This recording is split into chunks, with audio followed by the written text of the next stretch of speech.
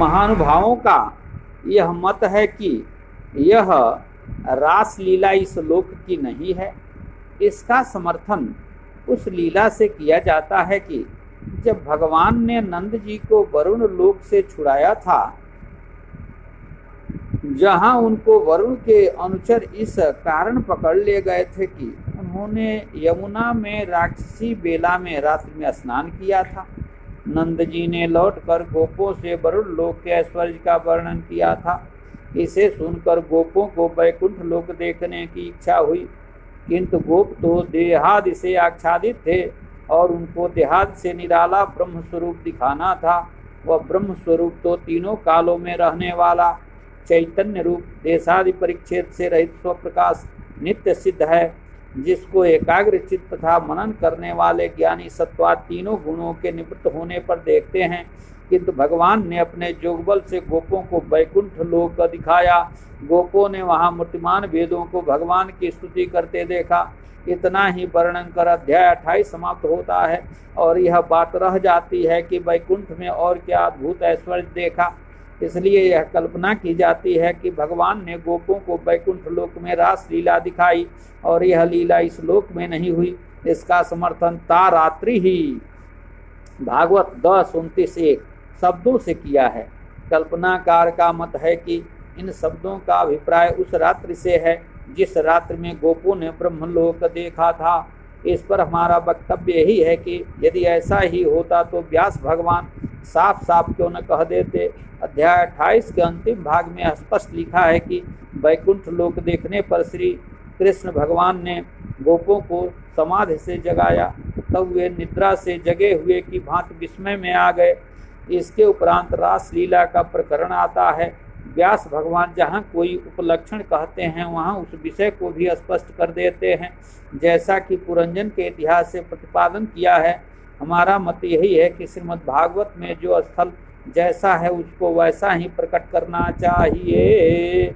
श्रीमद् भागवत के दृष्टा पूज्यपाद स्वामी श्रीधर जी स्पष्ट कहते हैं कि तारात्रि ही शब्द का अर्थ 22 अध्याय के श्लोक 27वें में कहे हुए ईमा अर्थात शरद ऋतु की रात्रियां थी। यह निश्चित है कि यह रासलीला ब्रज में हुई थी। हाँ, यदि यह कहा जाए कि उस समय ब्रज धाम वैकुंठ ही था तो यह कथन उपयुक्त हो सकता है। रासलीला का रहस्य जानना और उसको समझाना कोई साधारण बात नहीं है। इस लीला से प्रकट होता है कि जिसको भगवान चाहते हैं उसको स्वयं बुला लेते हैं, जैसे कि उन्होंने मुरली की ध्वनि से गोपियों को अपने पास बुला लिया था। भगवती श्रुति भी कहती है यमई वैस वृणुते तेन लभ्यस्तस्यैष आत्मा भी वृणुते तनु स्वाम। कठोपनिषद 1:2-23। बात ठीक ही है। भगवान का दर्शन कितना ही प्रयत्न करो नहीं हो सकता। नारद जी के प्रति भगवान ने ऐसा ही कहा था। यह निश्चय है कि इंद्रियों से या स्थूल शरीर से भगवत प्राप्ति नहीं हो सकती, क्योंकि ये तो बाहर की वस्तुओं को ही विषय करते हैं। श्रुति में कहा है परांचि खानी व्यतृण स्वयं भूस्तस्मात् परांग पश्यति नान्तरात्मन। कठोपनिषद 2:1-1। यह श्रुति स्पष्ट रूप से कहती है कि बहिर्मुख हो जाना इंद्रियों का स्वभाव है। इस नियम का उल्लंघन हो ही नहीं सकता, क्योंकि जिसका जो स्वभाव है वह उसको नहीं छोड़ सकता। स्वभावम नैव मुच्यन्ति का संपर्कतः पिका। जब इंद्रियां या स्थूल शरीर भगवान को अपना विषय नहीं कर सकते तो क्या मन या बुद्धि उन्हें अपना विषय कर सकती हैं? श्रुतियों में यह भी कहा है कि न तत्र चक्षुर्गच्छति न वाग गच्छति न नो मनो न विद्यो न बीजानीमः। येन उपनिषद 1:1-3। किंतु यह श्रुति निर्विशेष ब्रह्मपरक है, न कि सगुण ब्रह्मपरक। यहाँ यह समझ लेना चाहिए कि जब मन, काम, संकल्प इत्यादि से दूषित होता है तब भगवान को अपना विषय नहीं कर सकता। जब यही मन शुद्ध संस्कृत और वासना शून्य हो जाता है तब भगवदाकार बन जाता है। उपर्युक्त कठ की श्रुति में ही कहा है, कश्चित धीरः प्रत्यगात्मान मैक्षदावृत चक्षुर मृतत्वमीक्षण। सिद्धांत यह हुआ कि मन जब शुद्ध सत्व गुण युक्त होता है तो वह भगवदाकार हो जाता है। रास प्रकरण यही व्यक्त करता है कि जब मन में भगवान के अतिरिक्त और कुछ स्फुरण न हो तब भगवत प्राप्ति समझो। यदि थोड़ा सा भी अभिमान हो गया तो भगवान फिर तिरोहित हो जाएंगे। देखो, जब गोपियां रास के मध्य में अभिमान युक्त हुई तो वे अपने असंस्कृत मन से भगवान को न देख सकी। इस प्रकरण का अनुशीलन करने पर विदित होता है कि गोपियों ने मन को भगवदाकार बनाने के लिए बड़े प्रयत्न किए थे। जब वे कसौटी में ठीक उतर गईं तब फिर रास क्रीड़ा हुई जिसमें उनको पूर्णानंद की प्राप्ति हुई। इस नृत्य में संसारी पुरुषों को अपनी वासनाओं के अनुसार प्रायः प्राकृत काम की गंध आती है, किंतु आगे पीछे के प्रकरणों को देखने से यह शंका निर्मूल ठहरती है। जो सर्वस्व त्याग कर भगवान के समक्ष में आई है उनमें क्या प्राकृत काम वासना रह सकती है? फिर भगवान के साथ क्रीड़ा में दोष भी क्या हो सकता है? भगवान व्यास जी कहते हैं कि जिस प्रकार छोटा बालक अपने प्रतिबिंब के साथ क्रीड़ा करता है उसी प्रकार भगवान ने भी ब्रज सुंदरियों के साथ क्रीड़ा की थी। ये कितने महत्व के शब्द हैं, पाठक स्वयं विचार कर लें। यह रास नृत्य एक ऐसा अभिनय है जिससे मनुष्य समझ सकता है कि प्रेम क्या वस्तु है और किस प्रकार प्रेम से भगवत प्राप्ति हो सकती है। अब जरा इस प्रकरण में प्रवेश करें तो प्रतीत होता है कि गोपियों में साधारण प्रेम नहीं था, वह एक अनूठा प्रेम था जो एक प्रकार से उनका जीवन ही था। इस प्रेम में गोपियां पगी हुई थीं, वे हर समय इसी प्रेम में विभोर रहती थीं। यह माना जा सकता है कि उनको अपने पति पुत्रादि में भी प्रेम था, परंतु वह वैध प्रेम था। जो प्रेम किसी कारणवश होता है उसे वैध प्रेम कहते हैं। संध्या या अन्य कर्मकांड में जो विधि प्रयुक्त प्रेम है वह वैध होता है। इस प्रेम में प्रमाद से अंतर भी पड़ जाता है। जैसा किसी ने कहा, कथा सुनने से पुण्य होता है। इस कथा सुनने गए और प्रेम से सुनते भी रहे, किंतु मन अपने वाणिज्य या रोजगार पर चला गया था या ऊँघ आने लगी, नींद आने लगी। किंतु जब अपने नित्य के व्यापार में लगते हैं तो नींद, भूख अथवा समय का ध्यान ही नहीं रहता। इस दूसरे प्रकार के प्रेम की संज्ञा स्वारसिक प्रेम है। इस रास लीला के प्रकरण का अनुशीलन किया जाए तो गोपियों में ऐसा ही स्वारसिक प्रेम प्रतीत होगा। उनमें किसी दूषित विषय की मलिनता नहीं मिलेगी। इस क्रीड़ा का आह्वान भगवान ने अपने वंशी के मधुर स्वर से किया। इस स्वर को सुनते ही जो गोपी जैसी अवस्था में थी वैसे उठकर भगवान के पास चली आई। उसने अपना जाना दूसरी गोपी को भी नहीं जनाया। उस समय उनकी द्रुत गति के कारण उनके कानों के कुंडल हिलकर कपोलों में टक्कर मार रहे थे। कोई दूध गर्म कर रही थी तो उसको उफनता ही छोड़कर चली आई। कोई दूध दूह रही थी तो उसको अधदुहा छोड़कर चली गई। कोई हलवा बना रही थी उसको चूल्हे पर छोड़कर चली गई। कोई भोजन अधपरोसा छोड़कर उठ खड़ी हुई। कोई अपने पति की सेवा करते करते चल दी। किसी ने एक नेत्र में काजल लगाया था, वह दूसरे नेत्र में काजल लगाए बिना ही चल दी। किसी ने वस्त्र उल्टे पुल्टे पहने, किसी ने चरणों के भूषण गले के चरणों में पहने, किसी ने नाक की नथ कान में और कान की बाली नाक में पहन ली। वे अपने पति, माता, पिता और भाई बंधुओं का निषेध करने पर भी चल दी। किसी गोपी को उसके पति ने कोठरी में बंद कर दिया तो उसको वही निर्विकल्प समाधि हो गई और वह शरीर त्याग कर परमात्मा में जा मिली। इन सब बातों पर विचार करके पाठक स्वयं सोच सकते हैं कि क्या प्राकृत कामी की ऐसी दशा हो सकती है। यह दशा तो बड़े उच्च कोटि के भक्त की हो सकती है। पति पुत्रादि का त्याग करना कोई साधारण बात नहीं है, किंतु श्रेय मार्ग में यह करना ही पड़ता है, क्योंकि ये सब उसमें विघ्नकारी हैं। इन शरीर त्यागने वाली गोपियों की मुक्त कंठ से प्रशंसा करते हुए श्री व्यास भगवान जी कहते हैं कि तमेव परमात्मानं जार बुद्ध्यापि संगताः जुहुर्गुणमयं देहं सद्यः प्रक्षीण बंधनाः। श्रीमद्भागवत 10:29-11। इस प्रसंग को सुनकर परीक्षित महाराज को भी शंका हो गई थी। तब उन्होंने प्रश्न किया कि गोपियां तो भगवान कृष्ण के केवल रूप पर मोहित हुई थी, उन्हें ब्रह्म बुद्धि नहीं थी, तो फिर उनका मोक्ष कैसे हुआ। प्रश्न का निष्कर्ष यह है कि यद्यपि पति पुत्रादि में भी ब्रह्म है, तथापि उनकी सेवा से मोक्ष नहीं होता। उसी प्रकार ब्रह्म बुद्धि न होने के कारण श्री कृष्ण जी के ध्यान से भी मोक्ष नहीं होना चाहिए था, सो कैसे हुआ।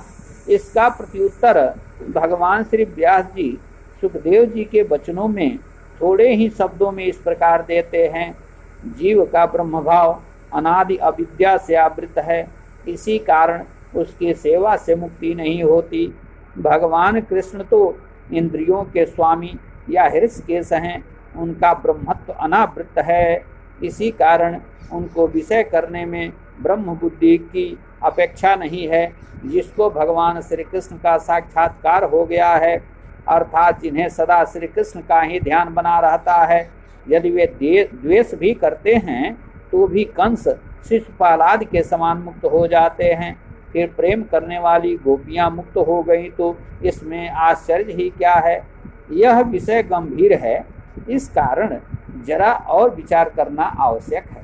उपयुक्त श्लोक में जार बुद्धि शब्द खटकता है।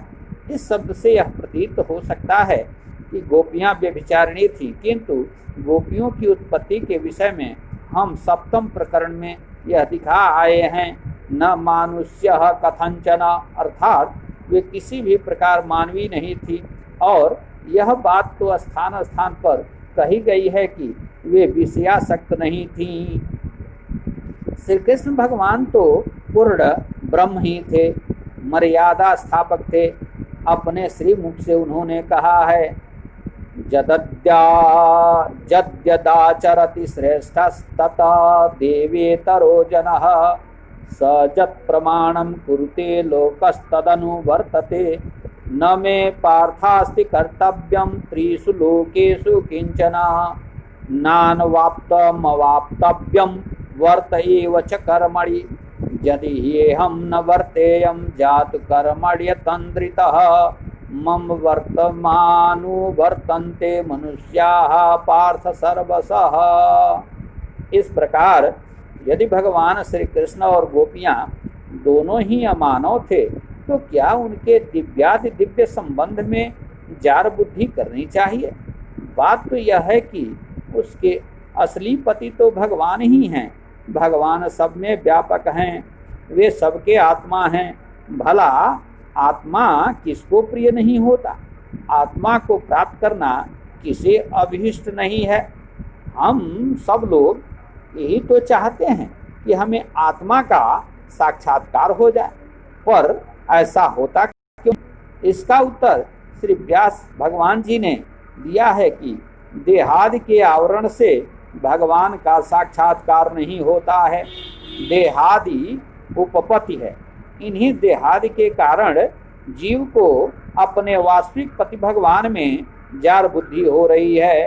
गोपियां ऐसी संस्कृत हो गई थीं कि उन्होंने इस आवरण रूपी त्रिगुणात्मक देह को, जिससे भगवान में जार बुद्धि हो रही थी, त्याग दिया और उसी समय मुक्त होकर भगवान में जा मिली।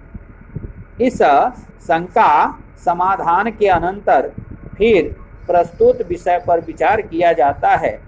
जब वंशी का नाद सुनकर गोपियां भगवान के पास पहुंची तो भगवान ने ठीक उन्हीं शब्दों से उनका स्वागत किया जैसे ब्राह्मण पत्नियों का किया था। यह निर्विवाद है कि ब्राह्मण पत्नियों में काम की गंध भी नहीं थी। अतः यह समझ में नहीं आता है कि गोपियों के विषय में ही काम वासना का भ्रम भगवान की किस उक्ति से होता है। भगवान ने गोपियों से ही कहा, इस घोर अंधेरी रात्रि में तुम्हारे आगमन से प्रतीत होता है कि ब्रज में कोई संकट आ पड़ा है। यदि ऐसी बात नहीं है तो तुम अभी लौट जाओ। यहाँ वन में रात्रि के समय भयंकर जंतु घूमते फिरते हैं और तुम्हारे बांधव तुमको न पाकर ढूंढते होंगे, वृथा कष्ट उठा रहे होंगे। गोपियां ऐसा भाषण सुनकर कुछ निराश सी हुई। तब भगवान ने कहा, तुमने वृंदावन की यह शोभा देख ली। यह सुंदर पुष्पों से सुशोभित हो रहा है।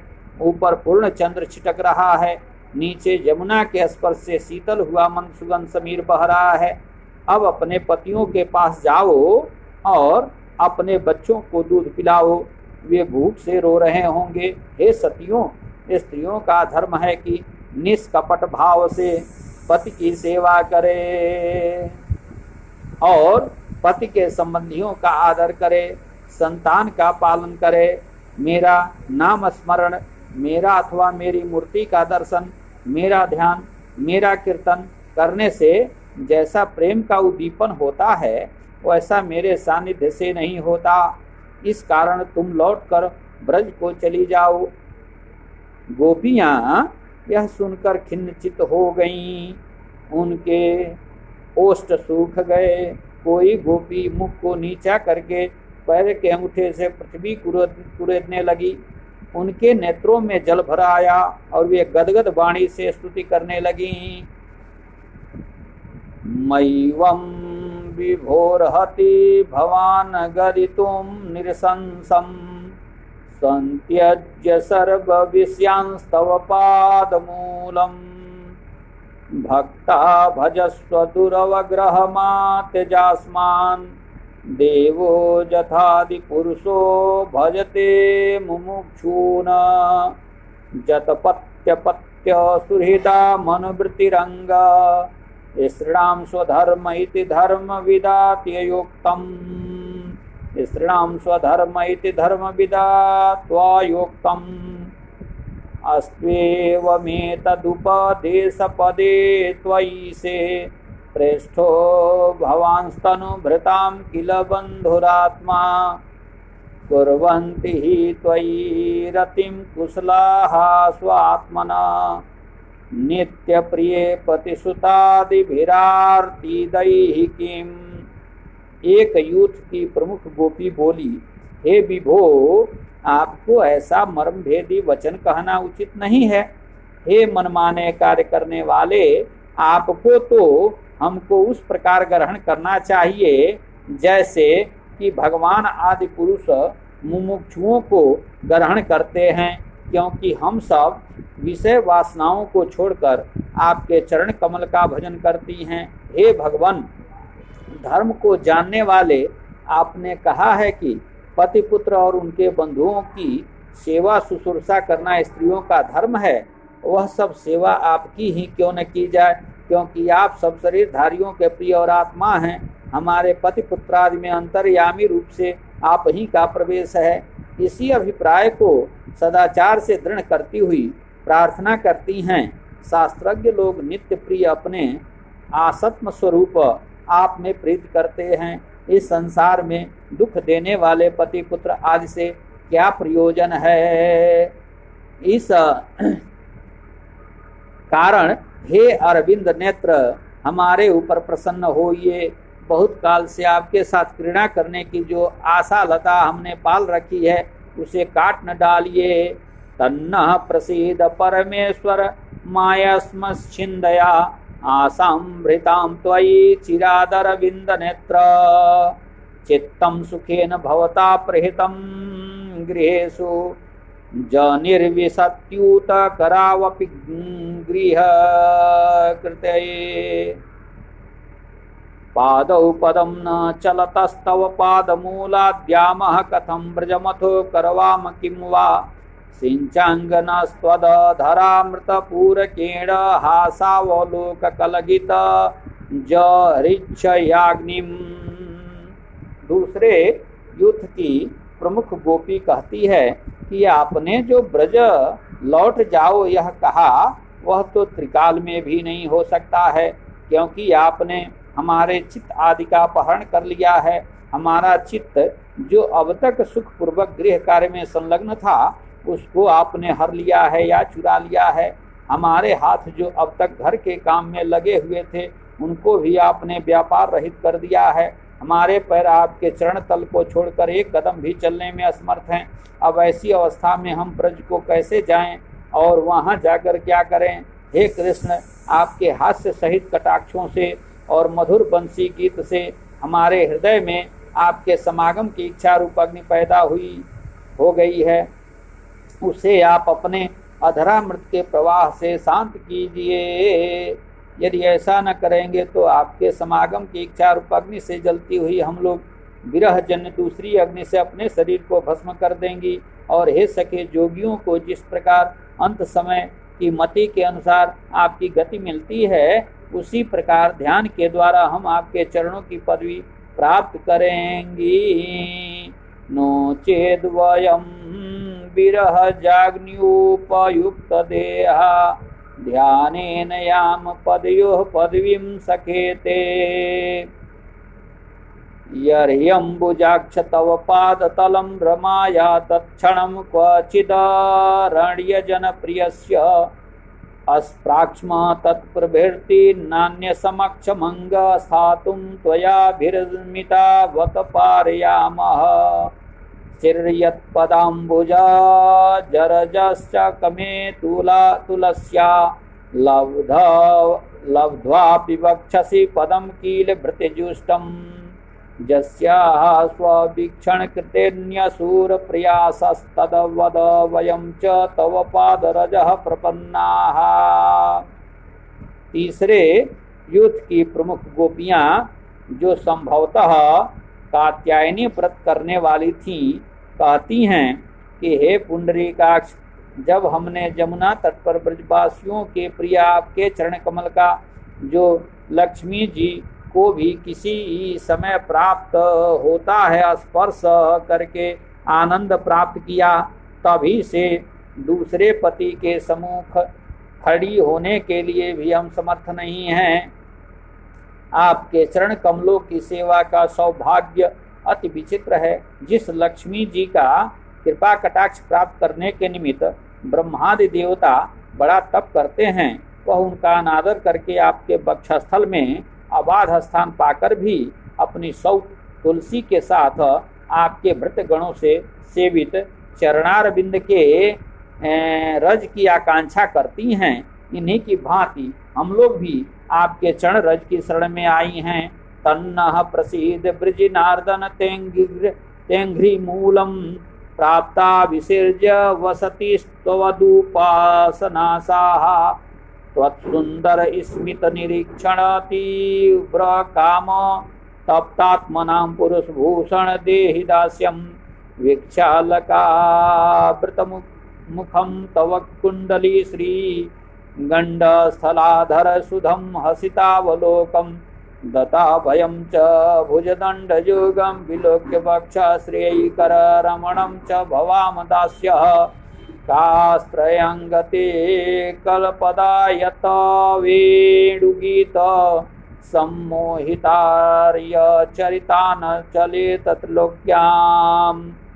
चौथे युद्ध की प्रमुख गोपी कहती है, हे दुखनाशक, आपकी उपासना की आशा रखती हुई हम अपने घरों को छोड़कर योगियों की भांति आपके चरणों के निकट आई हैं। आपके सुंदर हास्य की छटा देकर हमारा अंतःकरण तीव्र इच्छा के वेग से तप्त हो गया है। अब हे पुरुष भूषण, हमें अपनी दासियां बना लीजिए।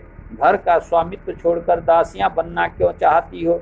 ऐसा मत कहिए, क्योंकि जिसके कपोलों पर कुंडल विचित्र शोभा बढ़ा रहे हैं, अधर अमृत से पूर्णतः भरे हैं, जिसके अवलोकन हास्य युक्त हैं, घुघराले केस लटक रहे हैं, ऐसे आपके मुख कमल की छटा को देखकर और भक्तों को अभय देने वाली भुजाओं तथा सौंदर्य से अनुपम आनंद देने वाले वक्षस्थल को देखकर हम आपकी दासियां होना चाहती हैं। हे कृष्ण, त्रिभुवन में ऐसी कौन स्त्री है जो आपके मधुर पदों से संयुक्त स्वरालाप आदि भेदों से उच्चारित वेणुगीत को सुनकर और त्रिलोकी में अत्यंत सुंदर आपके रूप को देखकर अपना गृहस्थ धर्म छोड़कर आपके पास न आवे, क्योंकि आपके वेणुगीत के सुनने से और स्वरूप के देखने से गौ, पक्षी, वृक्ष और हरिणों ने भी अपने शरीर पर रोमांच धारण कर लिए हैं। त्रैलोक्य सौभगमिदं च निरीक्ष्य रूपम जदगोद्विज ध्रूम मृगाः पुलकान्य बिभ्रन् व्यक्तं भवान् ब्रज भयार्ति हरोभिजातो देवो जथादि पुरुषः सूरलोकगुप्ता तन्नो निधेय कर पंकज मातर्बंधो तप्तस्तनेषु च शिरसु च किंकरीणाम।